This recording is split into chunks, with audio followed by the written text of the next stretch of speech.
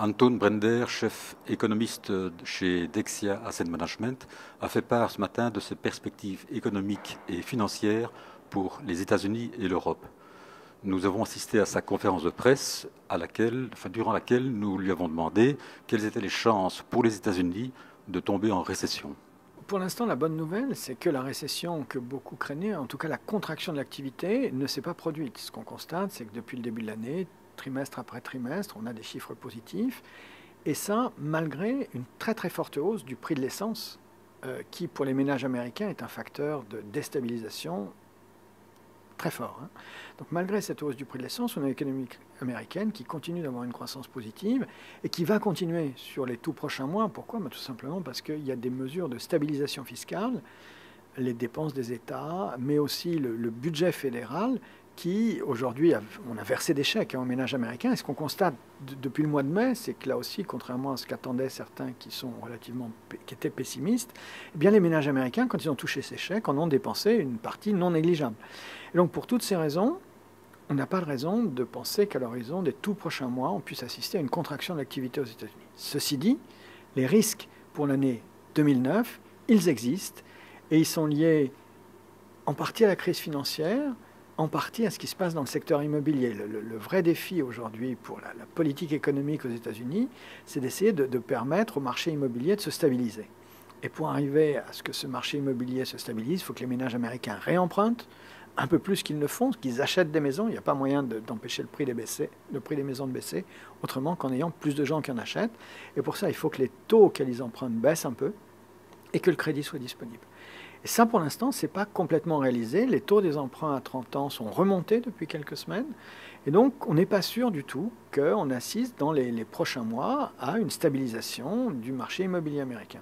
Si ça n'était pas le cas, eh bien, effectivement, il faut craindre pas forcément une récession pour l'année 2009, mais un ralentissement qui se prolongerait, une économie américaine qui croîtrait à un rythme extrêmement faible pendant encore plusieurs trimestres. Et ça, c'est extrêmement dangereux. La seule chose positive, c'est que si ce risque se profile, on peut être à peu près sûr que le nouveau président, quel qu'il soit démocrate ou républicain, quel que soit son nom, il mettra en place des mesures pour soutenir l'activité, parce qu'une stagnation prolongée d'une économie américaine, où le taux de chômage monterait, c'est quelque chose de très dangereux pour la stabilité financière. Ces ménages sont très endettés, il vaut mieux qu'ils gardent leur emploi. Et pour toutes ces raisons, la probabilité qu'on laisse l'économie américaine s'engager sur cette voie d'une stagnation prolongée, elle est, me semble-t-il aujourd'hui, relativement modérée. Les prix du pétrole, ils ont déjà beaucoup joué au trouble fait. La situation serait bien meilleure encore si le prix de l'essence n'était pas monté autant qu'il l'a fait. Il a presque doublé en l'espace d'un an, un peu plus d'un an. Et je répète, pour les ménages américains, c'est quelque chose de très déstabilisant. Donc ce prix du pétrole, il a déjà joué un rôle déstabilisant. La grande question, c'est est-ce qu'il peut être encore plus déstabilisant? Et là, il nous semble qu'on est quand même sur les limites de ce qui peut être absorbé en matière de hausse du prix de l'essence et du pétrole. Si le prix du pétrole devait monter beaucoup plus, s'il allait et restait à 150 $, mais il nous semble qu'on arriverait à une lente asphyxie, non seulement de l'économie américaine, mais aussi de l'économie mondiale. Et donc un scénario, on a parlé de 150, de 250 $ même, comme pour 2009.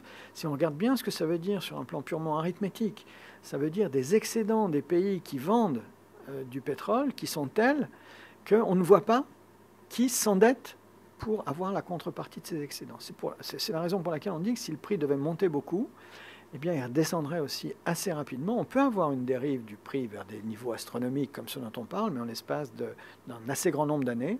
Si ça se produit en l'espace de très peu de temps, comme c'est le cas actuellement, il nous semble que ça produit quand même un fort risque d'asphyxie de l'économie mondiale, et donc le prix rebaisserait assez rapidement.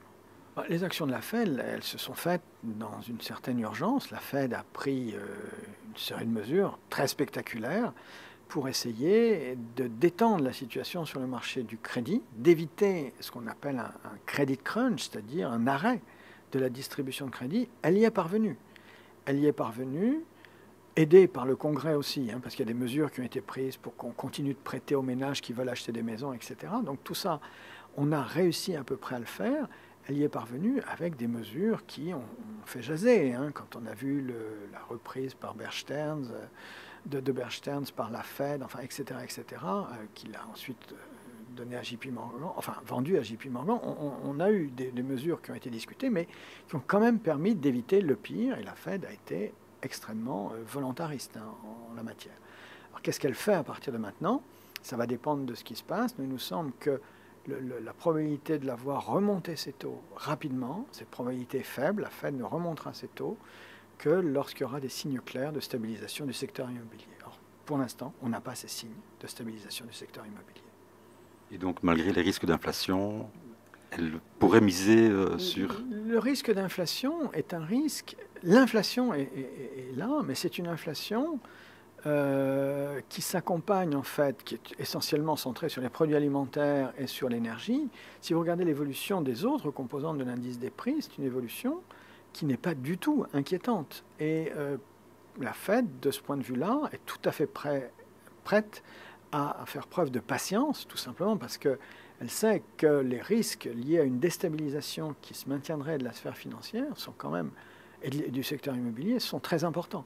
Et donc son attitude est une attitude où elle doit arbitrer entre deux risques. Un risque de voir l'inflation dériver, mais pour l'instant les salaires ne montent pas aux États-Unis, et donc il n'y a pas de spirale qui se dessine. Et l'autre risque, c'est de voir l'accalmie qui se dessine sur le secteur financier être remise en cause. Je pense que pendant un certain temps, elle va quand même continuer de privilégier le secteur financier, le retour à la stabilité et à la sérénité dans la sphère financière et immobilière. Et ça, c'est loin d'être acquis pour l'instant.